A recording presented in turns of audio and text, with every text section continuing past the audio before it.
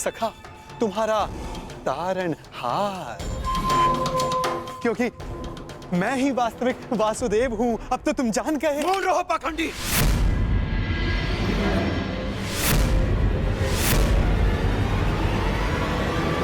तुम्हें क्या लगता है कि वासुदेव की पोशाक धारण कर लेने से तुम वासुदेव बन सकते हो? दया आती है तुमको देखकर अर्जुन। जो पहले आया तुम्हारे समक्ष उसी को वासुदेव समझ लिया। हाँ? बहुत बड़ी भूल कर रहे हो तुम, परंतु अब तुम चिंता मत करो पार्थ अर्जुन। अब तुम मुझसे मिल लिए हो ना, सब ठीक हो जाएगा। मैं तुम्हारी इस भूल को सुधारूंगा। भूल तुमने की है और आंखें भी तुम्हारी बंद हैं। वासुदेव कर्म में विश्वास रखते हैं, दिखावे में नहीं। पर वास्तविक वासुदेव अपने आप की प्रशंसा नहीं करते और ना ही दूसरों की आलोचना। उनके कर्म ही उन्हें वासुदेव बनाते हैं और वो स्वयं से पूर्व संसार के हित की सोचते हैं। परंतु तुम केवल स्वार्थी मनुष्य हो जो अपने आप को वासुदेव कहते हो। सत्य तो यह है कि तुम्हें वासुदेव का अर्थ भी नहीं पता, नहीं समझते तुम। स्वप्न से बाहर निकलो और सत्य क्या है उसे समझो। मौन रहो दुस्साहसी। इतना दुस्साहस तुम्हारा कि यहाँ पर मेरे समक्ष ऐसी बातें कर रहे हो। तुम्हें अंदेशा भी नहीं है कि नियति तुम्हें मेरे समक्ष लेकर के आई है, क्योंकि तुम अनुचित मार्ग पे जा रहे हो अर्जुन। मैं तुम्हें सही मार्ग दिखाना चाह रहा हूं। परंतु मैं समझ गया कि यह सब मुझे मेरे उचित मार्ग से भटकाने का प्रयत्न था, और इस बात का भी अनुमान है मुझे कि यह सब करने के लिए तुम्हें यहां किसने भेजा है।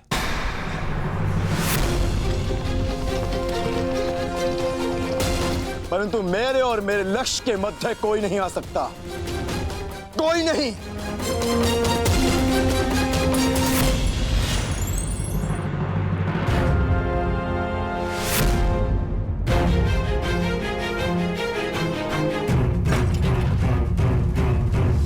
मेरे समक्ष आओ, अपने आप को वासुदेव कहने वाले बहरूपिये, समक्ष आओ।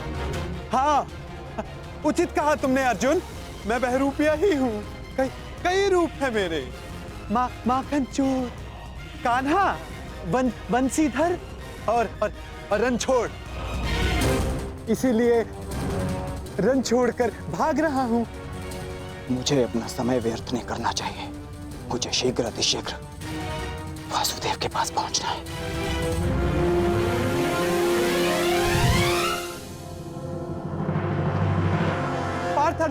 पार्थ अर्जुन कहाँ जा रहे हो अर्जुन? अर्जुन, मुझे छोड़कर कहीं नहीं जा सकते अर्जुन।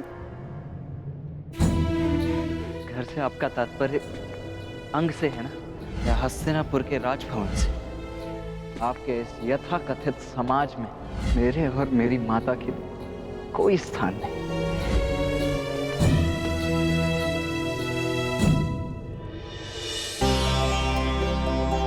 आइए पिताश्री, आपका स्वागत है।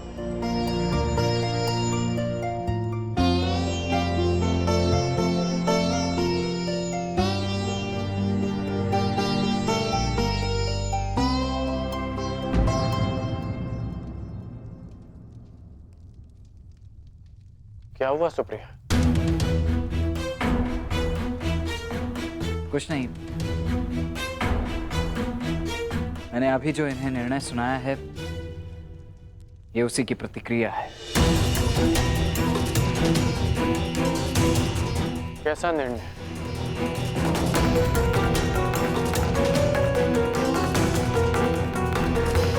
ये किस विषय में बात कर रहा है सुप्रिया?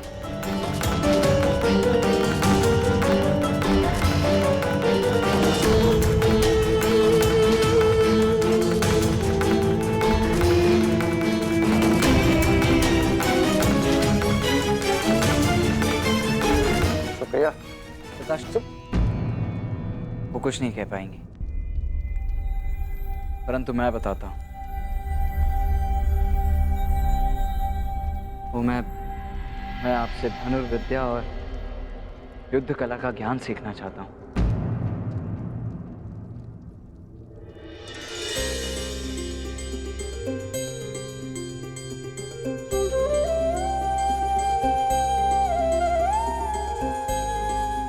बस इतनी सी बात। हर पिता अपना ज्ञान, अपनी शिक्षा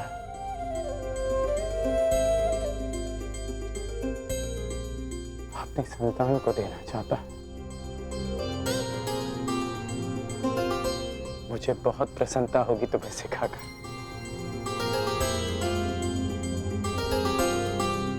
परंतु तुम्हें सिखाने की कोई आवश्यकता नहीं है। मैंने तुम्हें देखा है, तुम युद्ध कला में निपुण हो पुत्र। हाँ हूं, अवश्य हूं पिताश्री, परंतु आपसे अधिक नहीं। मैं आपसे भी अधिक कुशल बनना चाहता हूं, और इसके लिए मेरे पास समय बहुत कम शेष है। मैं ये जानना चाहता हूं कि क्या आप मुझे सिखाएंगे? हाँ, मैं तुम्हें अवश्य सिखाऊंगा पुत्र। युद्ध अभ्यास के बहाने ही सही, हम साथ में समय तो बिता पाएंगे, परंतु इस बात के लिए कम समय शेष। इसका उत्तर आप भी जानते हैं पिताश्री। संसार अब तक के सबसे बड़े महासंग्राम के द्वार पर खड़ा है। वासुदेव के निर्णय के साथ ही युद्ध की घोषणा भी हो जाएगी।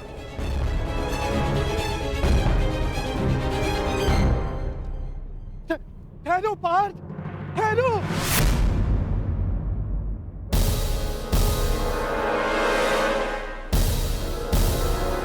तुम मुझे छोड़कर कहीं नहीं जाओगे, नहीं जाने दूंगा मैं तुम्हें।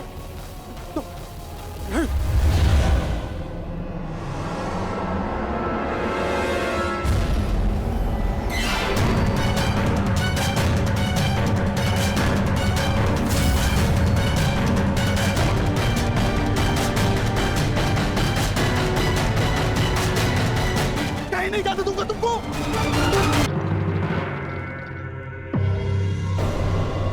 तुम्हारा इस युद्ध से क्या संबंध है? एक योद्धा का युद्ध से वही संबंध होता है जो धनुष का बाण से होता है। मैं भी इस युद्ध में सम्मिलित होना चाहता हूं।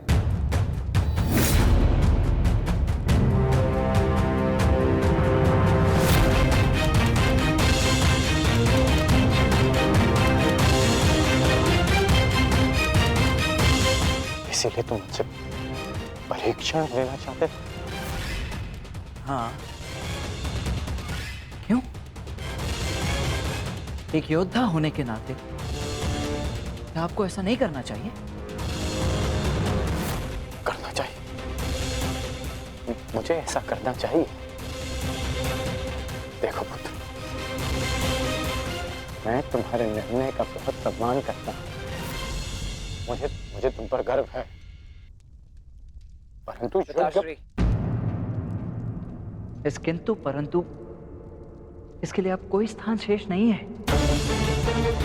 मैं अपना निर्णय ले चुका हूं और अपना पक्ष भी चुन चुका हूं। तुम अपना पक्ष भी चुन चुके हो?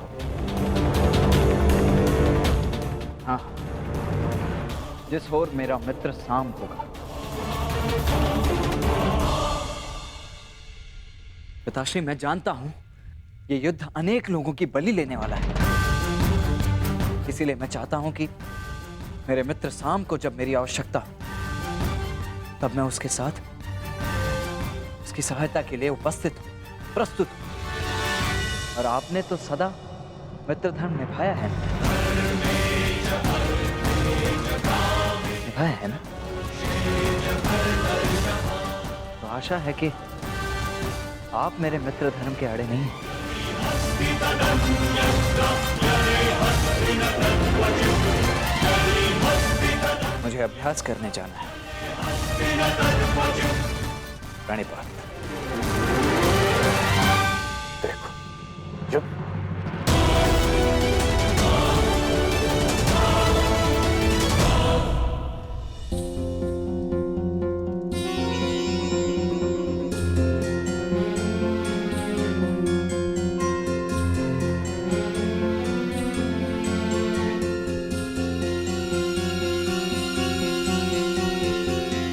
रहने दो पुत्री, तुम एक राजकुमारी, तुम्हें इतना परिश्रम करने का अभ्यास नहीं है, थक जाओगी। नहीं पिताश्री, आप चिंता मत कीजिए, मैं कर लूंगी।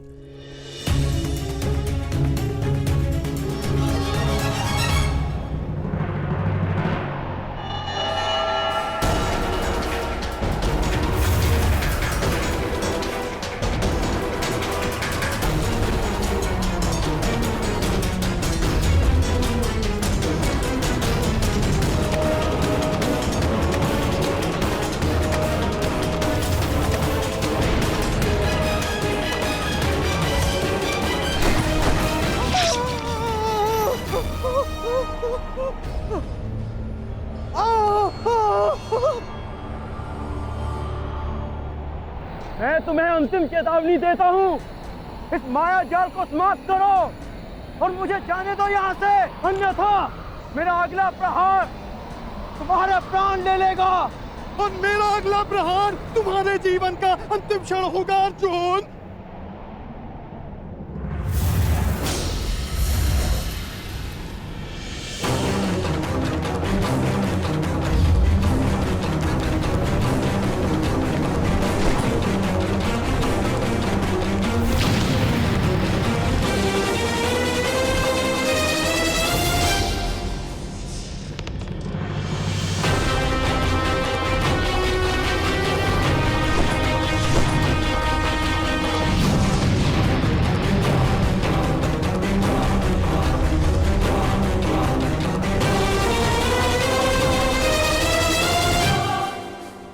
ठीक है, तुम मुझे अपना आराध्य नहीं मानते ना, सही।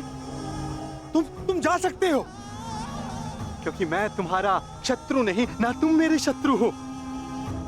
परंतु उस धूर्त कृष्ण को एक संदेश मेरा अवश्य दे देना।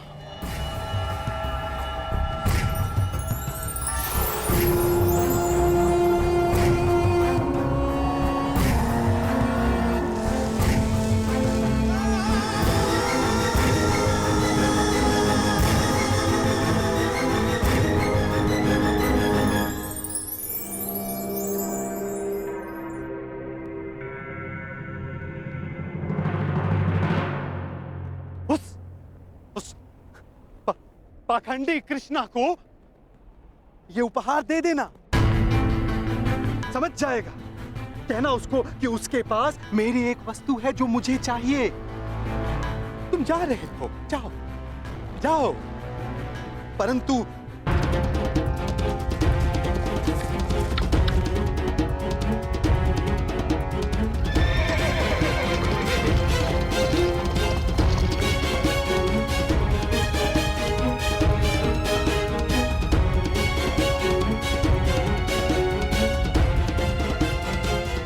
प्रतीत होता है कि अर्जुन अब तक द्वारका नहीं पहुंचा।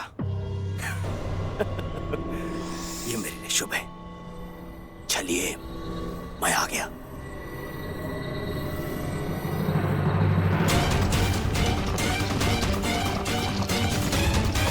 और शीघ्रता करो सारथी।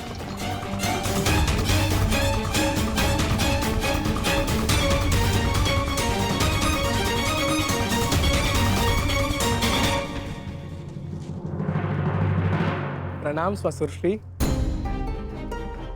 सुखी रहो। द्वारका में स्वागत है आपका।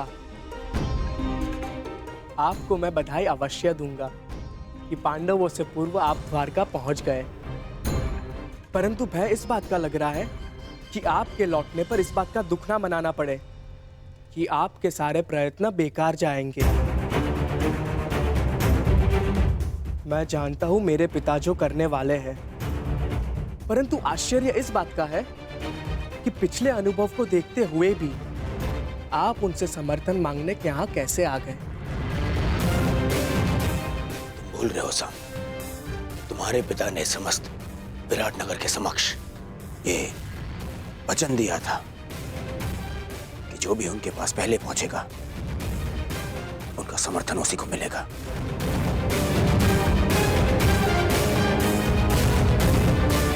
और देखो मुझे, मैं पांडवों से पहले यहां पहुंचा हूं। ये जानते हुए भी कि वचन तोड़ने मरोड़ने में वो सिद्धहस्त है।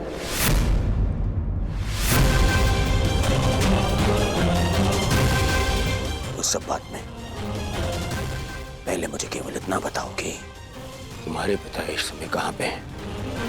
मुझे उनसे अभी मिलना है। इस समय वो विश्राम कर रहे हैं। मुझे विश्वास है इसमें भी उनकी कोई चाल है। कहां है तुम्हारे पिता का विश्राम कक्ष?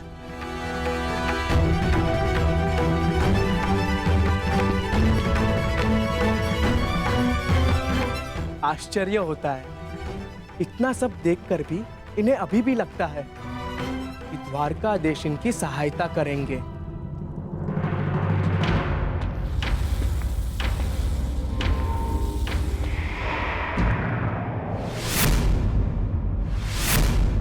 दुर्योधन का रथ! हे ईश्वर, कहीं माधव ने उसे समर्थन का वचन तो नहीं दे दिया?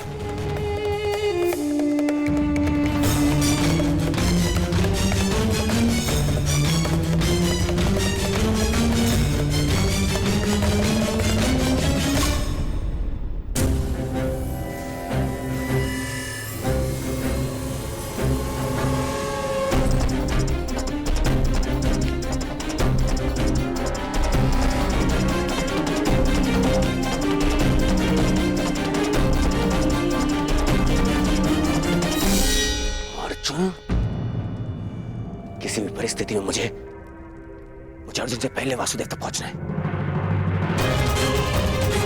वासुदेव कहाँ है? वो अपने कक्ष में विश्राम कर रहे हैं।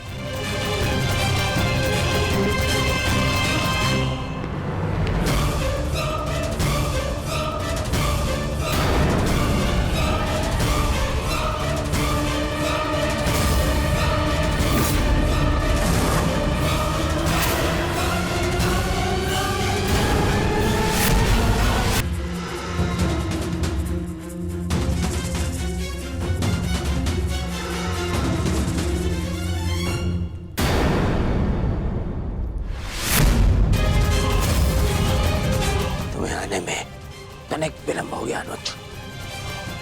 तनिक विलंब?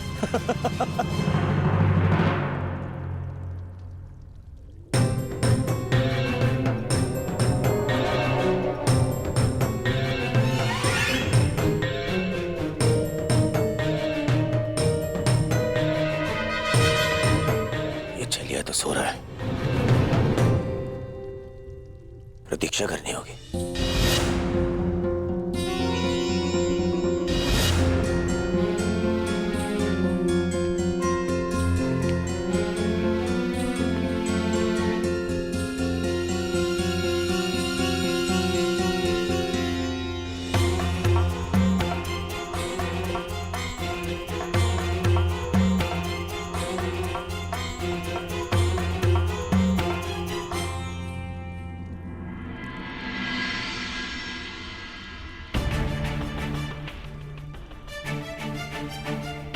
माधव विश्राम कर रहे हैं,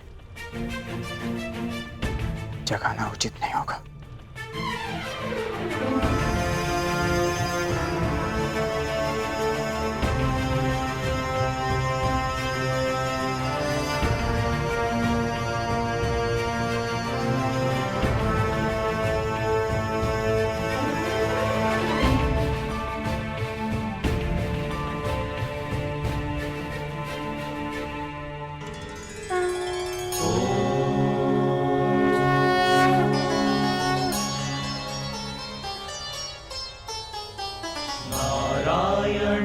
नमस्कृत्य नरं चैव नरोत्तमम् किन्नर क्या रहे, तुम तो क्षत्रियों के लक्षण ही भूल गए। केवल समर्थन पाने के लिए तुम क्षत्रिय कुल का अपमान कर रहे हो। तुम तो धरा पर बैठ गए ऐसे। जो इस धरा के स्वामी हैं, उनके समक्ष ब्राह्मण क्या और क्षत्रिय क्या।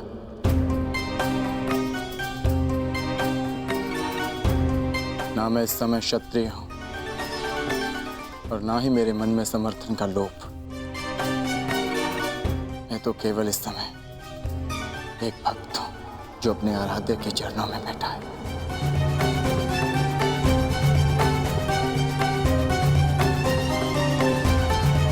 बैठो बैठो।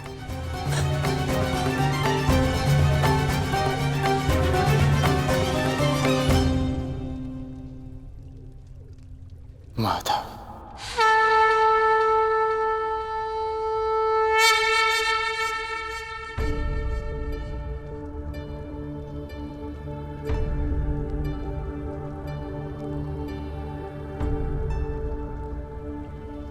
कब आए पार्थ?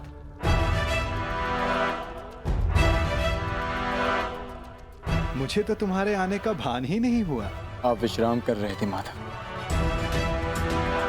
इसलिए जगाना उचित नहीं समझा। और तुम नीचे क्यों बैठे हो? इधर आओ, मेरे समीप आकर बैठो। माधव, मैं यहाँ आपका युद्ध के लिए समर्पित। अरे ठहरो, यहाँ पे पहले मैं आया तो समर्थन मांगने का अधिकार मेरा है।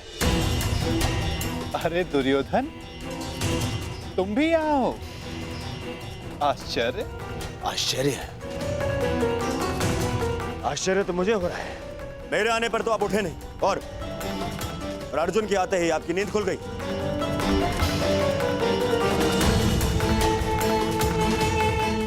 वासुदेव, मैं यहाँ अर्जुन से पूर्व उपस्थित हुआ हूं, इसलिए समर्थन मांगने का अधिकार पहले मुझे मिलना चाहिए।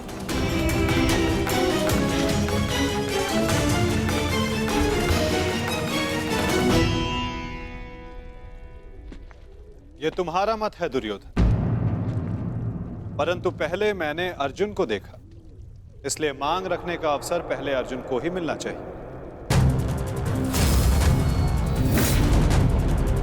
यही धर्म है। परंतु नियम यह था वासुदेव कि जो द्वारका पहले पहुंचेगा, आपका समर्थन उसी को मिलेगा। और मैं अर्जुन से पहले यहां उपस्थित हुआ हूं।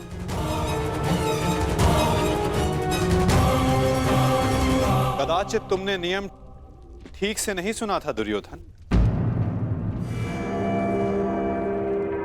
नियम यह था कि द्वारका पहुंचकर मेरे समक्ष आकर प्रथम जो समर्थन की मांग करेगा, मैं उसका साथ दूंगा। अब आप कुतर्क का सहारा ले रहे हैं वासुदेव।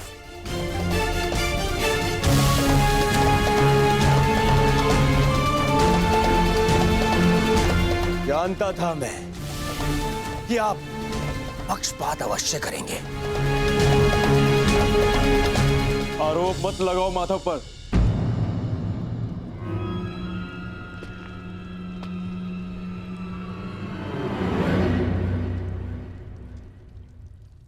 दुर्योधन सत्य कह रहा है माधव। मुझसे पूर्व ये यहाँ उपस्थित था, परंतु आपके पीछे बैठने के कारण आप इसे देख नहीं पाए। इसलिए समर्थन का पहला अवसर दुर्योधन को ही मिलना चाहिए।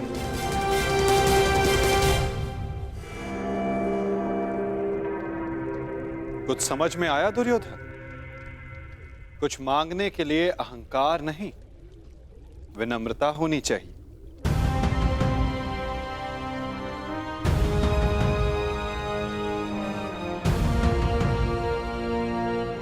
कहो, क्या चाहिए? मैं चाहता हूं कि आने वाले महायुद्ध में द्वारका हम कौरवों का समर्थन करें विनम्रता से।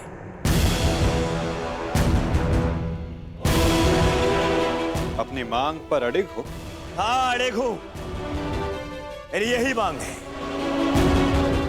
मैं चाहता हूं कि महायुद्ध में द्वारका हम कौरवों का समर्थन करें। ठीक है, तथास्तु।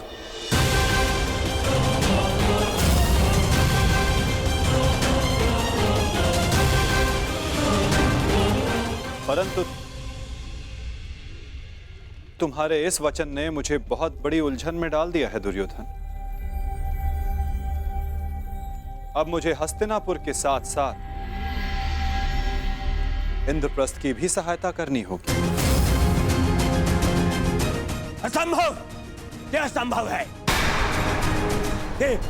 ये पक्षपात है। परंतु तुमने यही तो मांगा है गांधारी नंदन। मैंने वचन बोलने से पूर्व अपने मन की तुला पर उन वचनों को तौल लेना चाहिए दुर्योधन।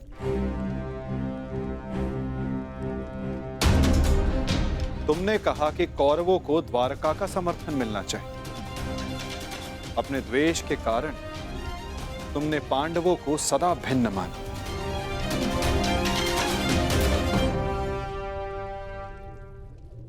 परंतु नीति अनुसार हर कुरु संतान कौरव है और पांडव भी उसी कुरु वंश के हैं जिसके लिए तुमने सहायता की मांग रखी है।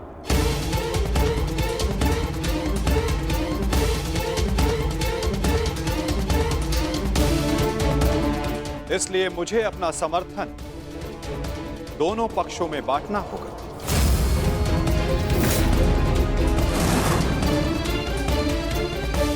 समर्थन दोनों पक्षों में बांटना होगा।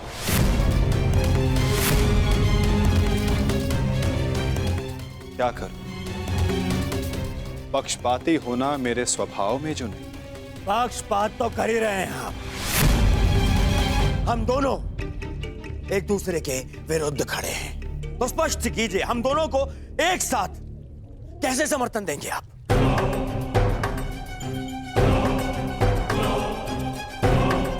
ये भी आपका कोई छल है?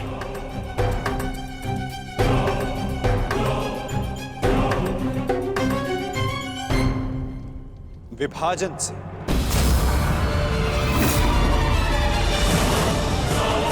पहली बार युद्ध को टालने के लिए मैंने विभाजन का सहारा लिया था और इस बार युद्ध में सम्मिलित होने के लिए विभाजन करूंगा। मैं द्वारिका की शक्ति को 2 भागों में विभाजित करूंगा।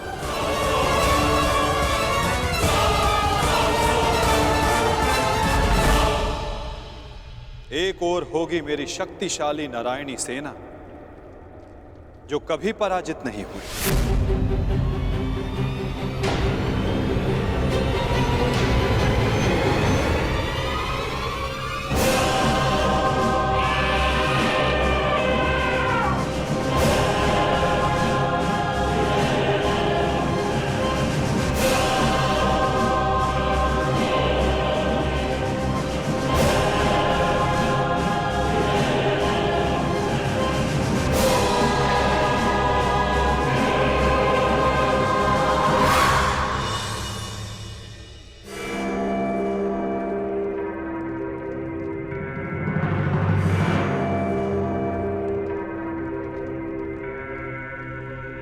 और दूसरी ओर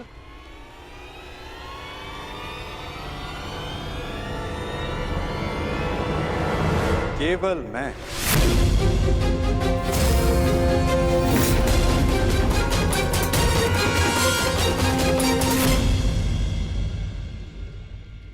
अकेला और निहत्था। मैं वचन देता हूं, किसी भी परिस्थिति में मैं इस युद्ध में अस्त्र नहीं उठाऊंगा।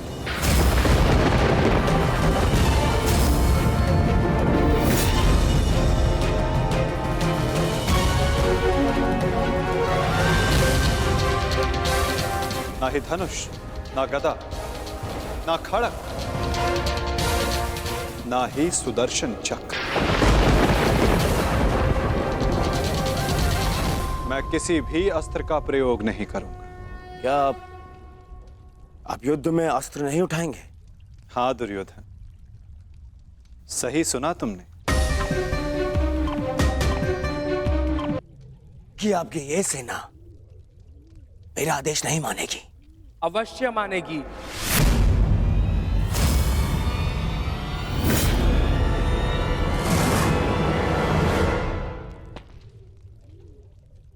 क्योंकि मैं नारायणी सेना का नेतृत्व करूंगा। मैं हस्तिनापुर की ओर से युद्ध में भाग लूंगा और नारायणी सेना का सेनापति बनकर निर्देश दूंगा। अब कोई छल नहीं कर पाएगा और ना ही कोई विद्रोह।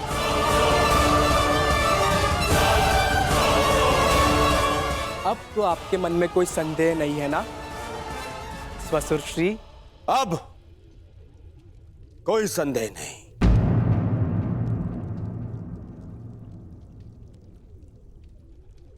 ये विभाजन मुझे स्वीकार है।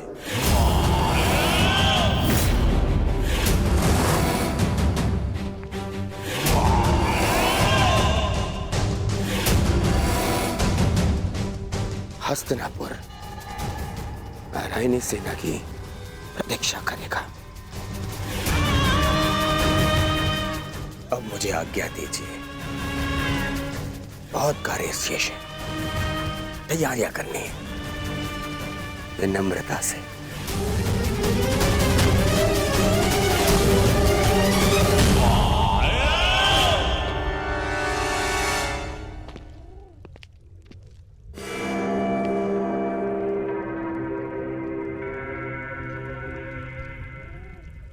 तुमने ऐसा क्यों किया पार्थ? मेरे समर्थन के लिए इतना बड़ा त्याग? मुझे ऐसा कुछ नहीं चाहिए माता जो मुझे आपसे दूर करे। ऐसी नारायणी सेना से क्या लाभ जिसमें नारायण ही ना हो? ये धर्म युद्ध है माता, और धर्म वहीं खड़ा होगा जहां आप होंगे। और धर्म की विजय कोई भी सेना नहीं रोक सकती। आप सदैव हमारे मार्गदर्शक रहे हैं। मुझे विश्वास है कि आप विजय का मार्ग अवश्य दिखाएंगे। मैं प्रतीक्षा करूंगा। मुझे ऐसा सुनकर अति प्रसन्नता हुई अर्जुन। लंबी यात्रा से आए, बहुत थक गए हो। जाकर विश्राम कर लो, कुछ प्रहर बाद चले जा। प्रणिपा।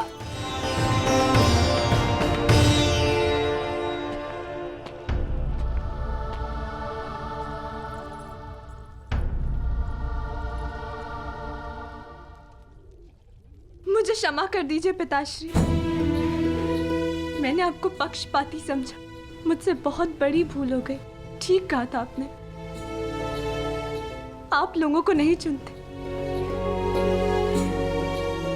लोग आपको चुनते हैं।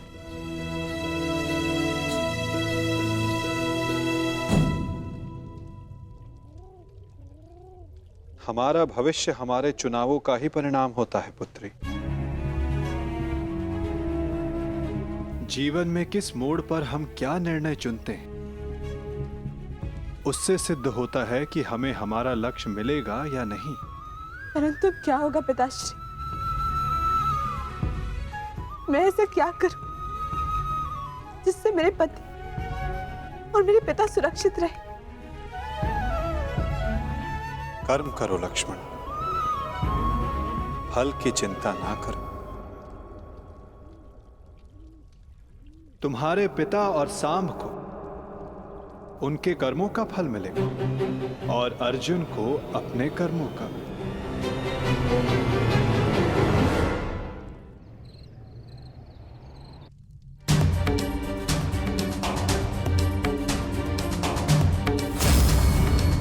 मैं भी इस युद्ध में सम्मिलित होना चाहता हूं।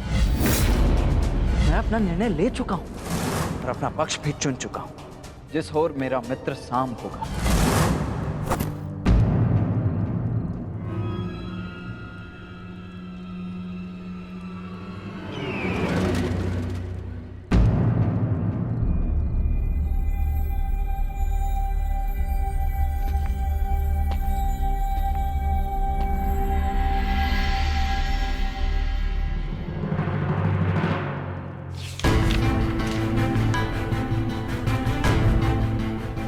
अंगराज, युवराज दुर्योधन द्वारका से हस्तिनापुर लौट रहे हैं और सूचना ये है कि नारायणी सेना दुर्योधन के पक्ष में आ गई है और कृष्ण अर्जुन के पक्ष में है। अंगराज, तुम शीघ्र हस्तिनापुर लौटो। युद्ध हस्तिनापुर की सीमा पर है। गांधार राज शकुनी।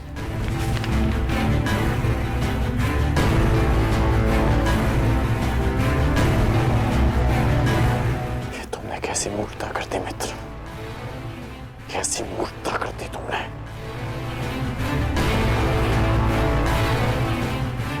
मुझे अभी द्वारका के लिए प्रस्थान करना होगा।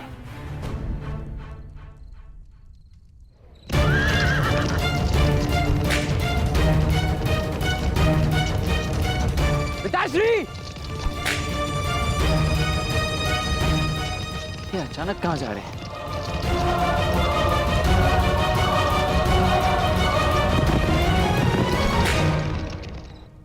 माँ?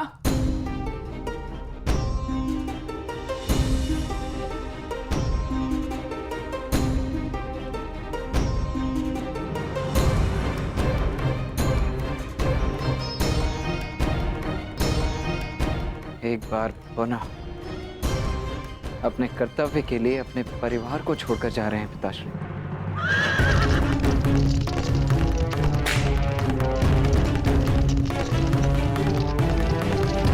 विश्वास नहीं होता,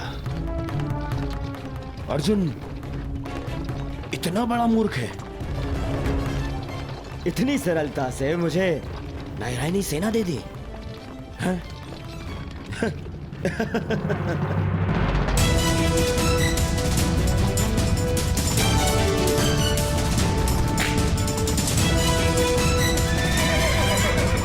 सारथी रोको।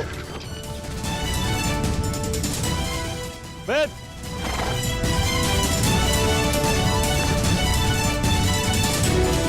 अच्छा हुआ तो मुझे यही मिल गए। मैं सोच ही रहा था कि सबसे पहले ये शुभ समाचार मैं तुम्हें ही दूं। जानते हो मैंने क्या किया है?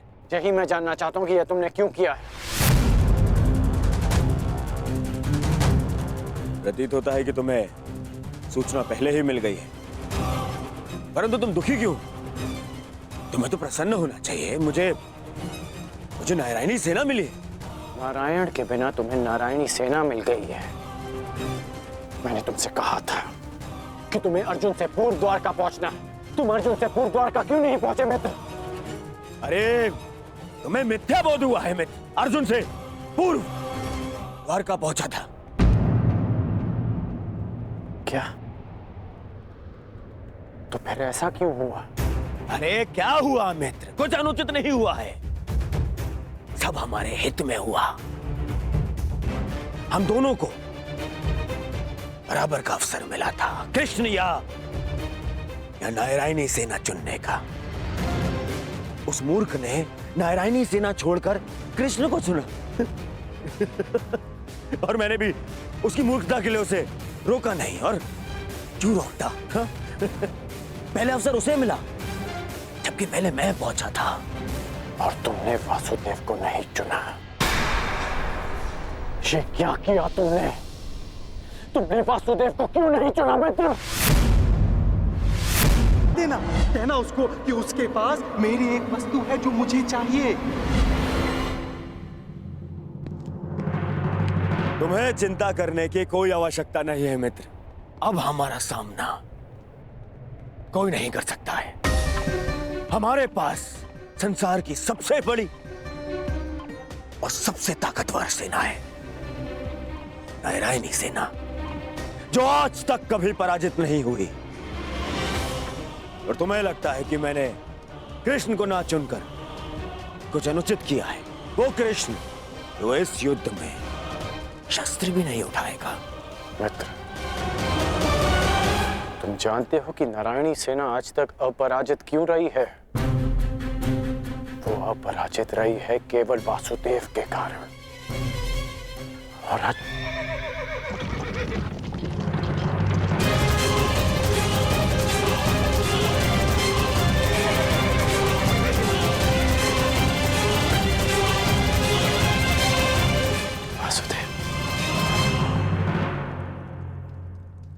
मैं नारायणी सेना का नेतृत्व करूंगा। मैं हस्तिनापुर की ओर से युद्ध में भाग लूंगा। अब ना ही कोई छल कर पाएगा और ना ही कोई विद्रोह।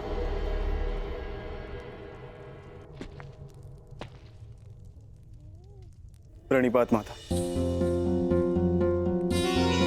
पार्थ, क्या हुआ पार्थ? कुछ भूल गए थे? हाँ माता, मैं आपको बताना भूल गया था कि द्वारका पहुंचने में मुझे विलंब हुआ था, क्योंकि मार्ग में मेरा एक विचित्र घटना से सामना हुआ। तुम्हारे कहने का तात्पर्य यह है कि तुम्हारा सामना किसी विचित्र मनुष्य से हुआ, है ना पार्थ?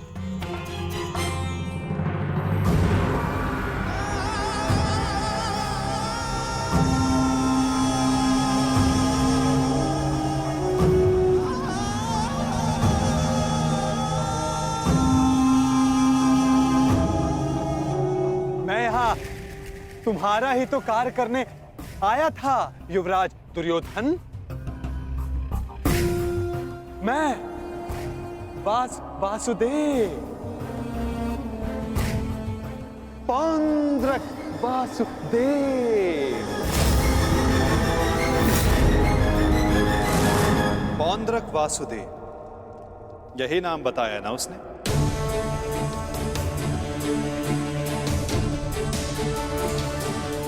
जिसने मेरी भांति वेशभूषा भी धारण कर रखी थी, है ना? हाँ, आप जानते हैं मैं भी कैसा प्रश्न पूछ रहा हूं। भला आपसे क्या छिपा है? अब एक और शब्द वासुदेव के विरुद्ध मत कहना, अन्यथा क्या अंगराज? हाँ? मार डालोगे मुझे? मार डालोगे?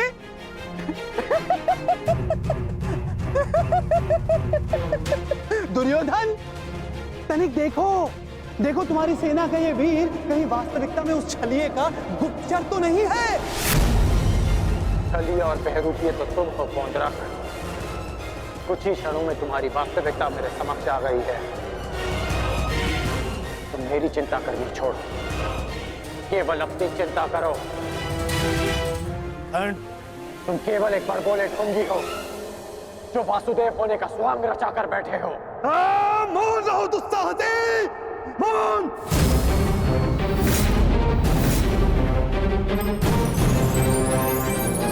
तेरा इतना दुस्साहस कि तो मुझे पौंड्र का वासुदेव को ढोंगी कहता है, मूर्ख!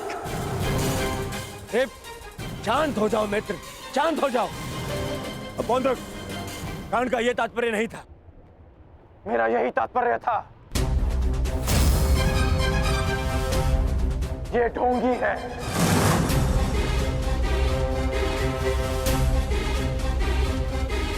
यदि तुम वास्तव में वासुदेव हो तो मुझे निशस्त्र करके दिखाओ। मैं तुम्हें चुनौती देता हूं। पौंड्रक वासुदेव को चुनौती?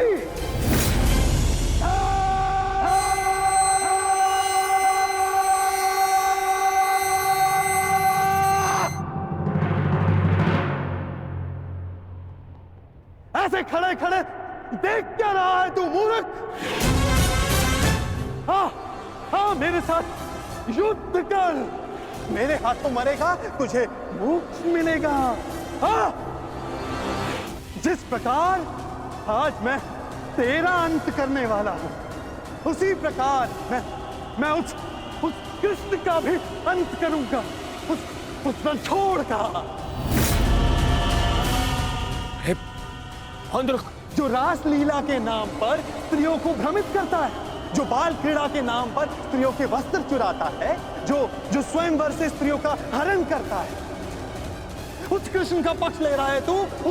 उसके लिए तू मुझसे युद्ध कर रहा है। उस कृष्ण का भी मैं वध करूंगा, पहले तेरा, उसके बाद उसका। अब तुम्हें सीमा पार करती है।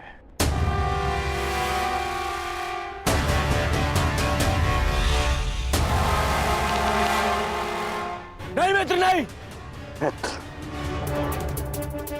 आज इस पौंद्रक का अंतिम दिवस है।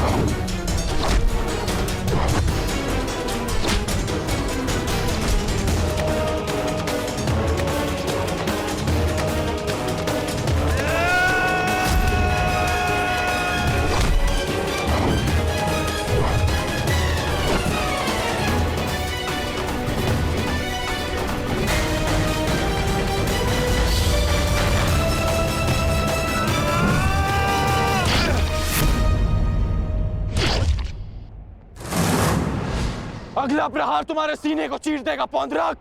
क्षमा मांगो।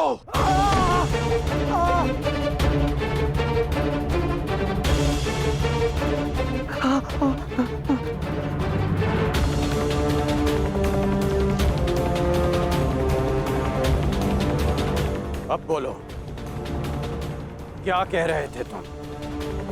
कौन हो तुम? मैं ही हूँ वास्तविक वासुदेव, पौंद्रक वासुदेव मैं ही हूँ। पाखंडी! नहीं कर, मित्र नहीं। आ गया तू, चलिए आ गया। अंततः वो दिन आ गया कृष्ण, जिसकी वर्षों से मुझे प्रतीक्षा थी। यदि अंत से पूर्व मनुष्य को उसकी भूल का भान हो जाए तो अच्छा ही होता है। अब तो तुम्हें विश्वास हो गया होगा कि वास्तविक वासुदेव कौन है। मैं ही हूं वास्तविक वासुदेव, पौंद्रक वासुदेव। इसलिए जिसका अधिकार आरंभ से केवल मेरा है, मुझे मेरा सुदर्शन चक्र दे दो कृष्ण। देने ही तो आया हूं तुम, परंतु चेतावनी, मैं तुम्हें बहुत अवसर दे चुका हूं पौंड्रक। तुम्हारे पाप का घड़ा भरता जा रहा है पौंड्रक। अब मेरा स्वांग रचना बंद करो। चुप कर छलिया कृष्ण। तू ढोंग, तू छलिया मुझे बताएगा कि अब मुझे क्या करना चाहिए और क्या नहीं। जो तुझे देव मानते हैं ना, वो सब दृष्टिहीन है और बुद्धिहीन भी। परंतु मैं नहीं हूं। अपने सहयोगियों को धैर्य की महिमा समझाओ दुर्योधन। युद्ध प्रारंभ होने में अभी समय शेष है और समय से पूर्व युद्ध को आमंत्रण देना सर्वनाश को आमंत्रित करने के समान होता है दुर्योधन। क्योंकि इस समय मैं अस्त्र ना उठाने के लिए बंधित नहीं हूं। मनुष्य को खाई में गिराने के लिए उसका केवल एक पग पर्याप्त होता है पौंड्रक। अभी अभी मैंने कर्ण को रोककर तुम्हें मृत्यु के मुख में जाने से रोका है। कदाचित तुम्हारा अगला पग तुम्हारा अंत ना रोक पाए पौंड्रक।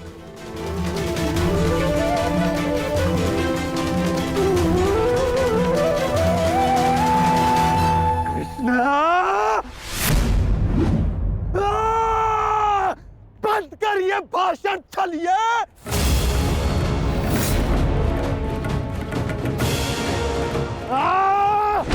छलिए पाखंडी, आज मैं तेरा अंत करके ही रहूंगा कृष्ण। पहले रखो मित्र, क्रोध मुझे भी आ रहा है। अपने क्रोध को युद्ध के लिए बचा के रखो।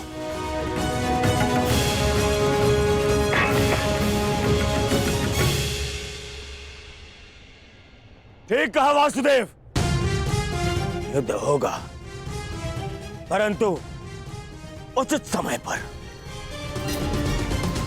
और उचित स्थान पर। उस महायुद्ध के प्रथम दिवस पर मैं आपको उत्तर अवश्य दूंगा।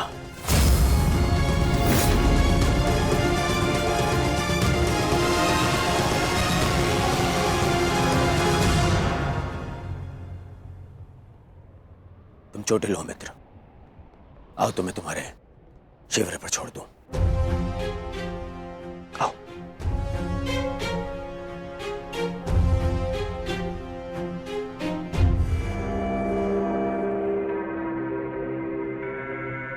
मित्रकर्ण, तुमसे हस्तिनापुर पर भेंट होगी।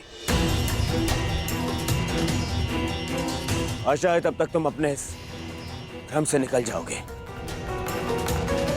और तब तुम समझोगे कि मेरा चुनाव उचित था। आशा तो मुझे थी मित्र कि तुम अपने भ्रम से निकलकर वास्तविक शक्ति को पहचानोगे, परंतु अब कोई लाभ नहीं। जो हानि तुमने स्वयं को और हम सबको पहुंचानी थी, वो तुम पहुंचा चुके हो। चल मोटे, आज कृष्ण, मैं अपना सुदर्शन चक्र तुझसे लेकर रहूंगा, जिस पर आरंभ से केवल मेरा अधिकार था, है और रहेगा।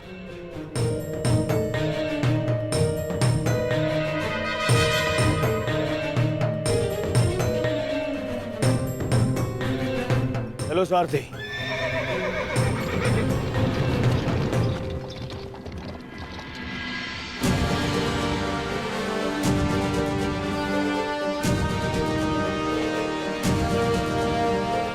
प्रणिपात वासुदेव, आज्ञा दे। इतनी भी क्या शीघ्रता मित्र?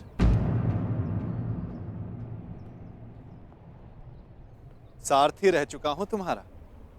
आज भी अपने रथी का मन पढ़ सकता है ये नटवर। समझता हूं कि तुम व्यथित हो। क्या अपने मन की बात अपने सारथी से नहीं कहोगे तुम?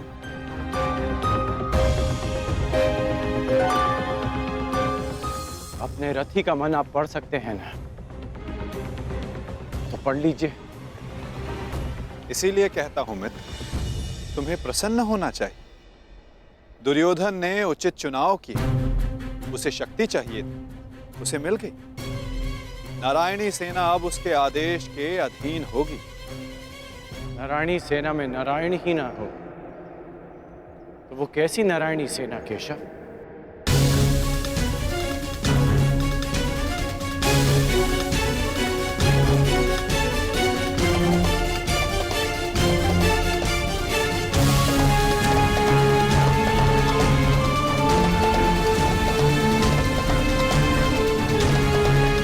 जो दुर्योधन ना पहचान सका वो आप जानते हैं, और उसे मैं भी देख सकता हूं। जिस क्षण उसने आपको त्याग कर सेना को चुना, उसी क्षण उसने विजयश्री थाल में सजाकर पांडवों को भेंट कर दी।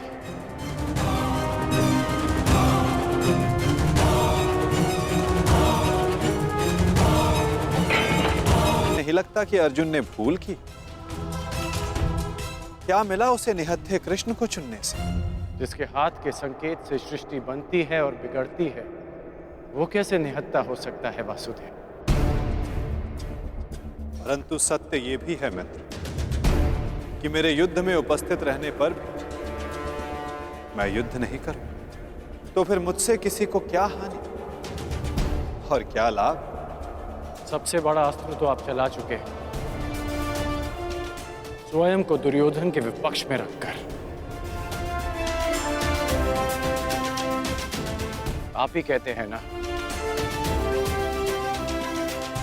कि निर्णय ना लेना भी कभी कभी सबसे महत्वपूर्ण निर्णय होता है, कि हम पक्ष ना चुनकर भी कभी कभी पक्षपात कर जाते हैं, भले ही संसार ना देख पाए। परंतु मैं जानता हूं कि आपने पक्ष लिया है वासुदेव।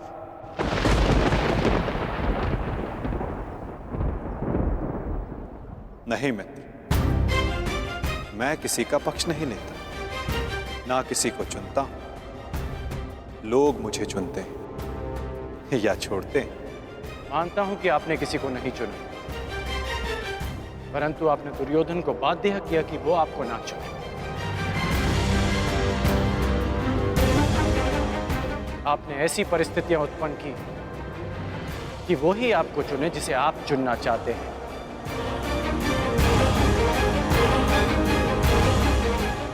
क्या ये एक प्रकार का पक्षपात नहीं वासुदेव? तुम्हारी यही प्रवृत्ति मुझे भाती है मित्र, और तुम्हें सबसे भिन्न बनाती। तुम बुद्धिमान और स्पष्टवादी भी।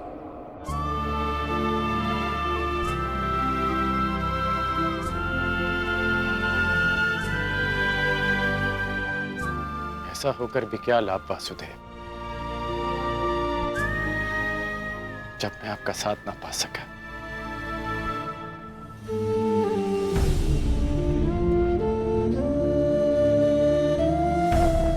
कितने वर्ष हो गए हमारी भेंट को, जब से हम मिले हैं हमारे पक्ष सदा भिन्न थे, परंतु हमारी सोच एक थी वासुदेव। फिर आपने ऐसा क्यों किया? मैंने ऐसा क्या किया मित्र?